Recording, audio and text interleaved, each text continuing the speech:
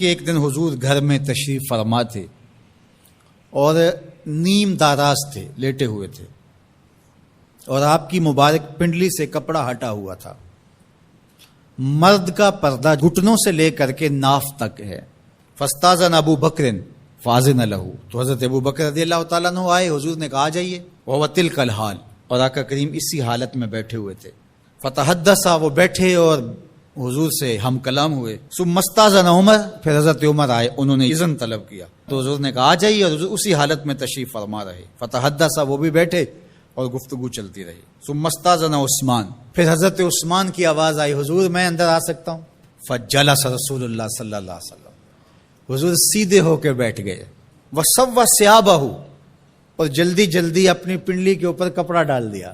جب یہ لوگ چلے گئے، حضرت ابو بکر رضی اللہ تعالیٰ عنہ بھی، حضرت عثمان بھی، حضرت عمر رضی اللہ تعالیٰ عنہم چلے گئے۔ قالت عائشہ رضی اللہ تعالیٰ عنہ، حضرت عائشہ فرماتی ہیں میں نے کہا حضور ابو بکر آئے تو آپ بیٹھے رہے، جنبش نہیں کی، کپڑا سیدھا نہیں کیا۔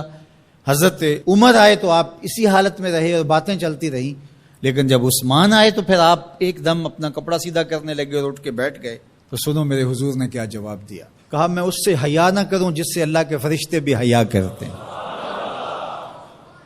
کتنا بد نصیب ہے جو حضرت عثمان غنی پہ زبان درازی کرتا ہے۔ یہ عثمان وہ ہیں جس سے اللہ کے فرشتے بھی حیا کرتے ہیں۔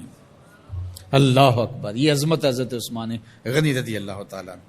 فرماتے ہیں حضرت مرہ بن قاب رضی اللہ تعالیٰ عنہ، حضور نے فتنوں کا ذکر کیا، فرماتے ہیں فمر رجل مقنع فی ثوب، ایک شخص گزرا اور اس نے اپنے سر کے اوپر چادر اوڑی ہوئی تھی، وہ چادر سے اپنے چہرے کو ڈھانپا ہوا تھا۔ فرمایا جب فتنے ہوں گے اور بہت فتنے اتریں گے تو یہ شخص جو گزر رہا ہے، یہ چادر اوڑے جا رہا ہے، یہ اس دن حق پہ ہوگا، یہ ہدایت پہ ہوگا۔ مرہ بن قاب کہتے میں دوڑا کہ میں دیکھوں یہ خوش نصیب کون ہے، تو جب نیڑے ہو کے دیکھا تو حضرت عثمان غنی رضی اللہ تعالیٰ، کیا تو میں نے حضرت عثمان غنی کے سر کو پکڑ کے حضور کی جانب ان کا رخ پھیرا۔ فقلت ھذا، میں نے کہا حضور یہ؟ کالا نام، کہا ہاں یہی۔ حضور نے حضرت عثمان غنی رضی اللہ تعالیٰ عنہ کی طرف اشارہ کر کے کہا جب فتنے بہت زیادہ ہو جائیں گے تو یہ شخص اس فتنوں کے زمانے میں مظلوماً شہید کیا جائے گا۔ تو حضرت عثمان غنی رضی اللہ تعالیٰ عنہ پر 40 دن تک پانی بن رہا، اپنے گھر میں معصور ہو کے رہ گئے، سخت اذیتیں کاٹیں۔ شہادت سے قبل آپ کی مبارک داڑھی کھینچی گئی، آپ کو اذیت پہنچائی گئی، اور آپ کی اہلیہ کے سامنے حضرت عثمان غنی رضی اللہ تعالی عنہ کو شہید کیا گیا۔ تو حضرت عثمان غنی رضی اللہ تعالی عنہ حضور علیہ السلام کے پیارے صحابی ہیں۔ حضور کی 2 صاحبزادیاں یکے بعد دیگر حضرت عثمان غنی رضی اللہ تعالی عنہ کے نکاح میں آئیں۔ آپ کے بہت سارے نمایاں وصف ہیں جن میں حضور کا 2 مرتبہ داماد بننا، اور پھر فرمایا اگر میری اور بھی صاحبزادیاں ہوتی تو میں عثمان سے نکاح کر دیتا، اور پھر ذوالہجرتین 2 ہجرتیں، حبشہ کی جانب اور مدینہ المنورہ کی جانب، پھر شہادت کا اعزاز، اولین مسلمانوں میں ان کا شمار ہے، 10 مبشرہ میں ان کا شمار ہے، 4 خلفائے راشدین کے اندر ان کا 3را نمبر ہے۔ جمع قرآن اور نشر قرآن کی سعادت اللہ نے ان کے حصے میں رکھی۔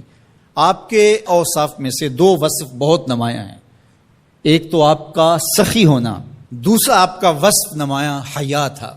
تو آج حضرت عثمان غنی رضی اللہ تعالیٰ عنہ کی ان صفتوں کو، حیا کو اپنے کلچر میں فروغ دینے کی ضرورت ہے، اپنی معاشرت میں فروغ دینے کی ضرورت ہے۔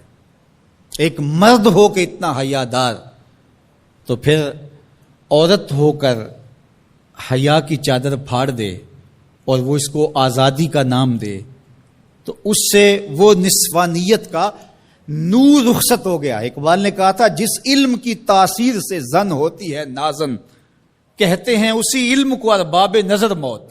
تو حضرت عثمان غنی رضی اللہ تعالیٰ عنہ حیا اور سخاوت کے بہرے بے کراں تھے۔ بزرگوں کی سیرت اس لیے بیان کی جاتی ہے کہ ان کے نقوش پا کو اختیار کرنے کا جذبہ پیدا ہو۔ ان کا ذکر کرنا اس امت پر قرض ہے، اور ان کی محبت، ان کا پیار اس امت کے رگ و ریشہ کے اندر محو نفوذ ہونا چاہیے۔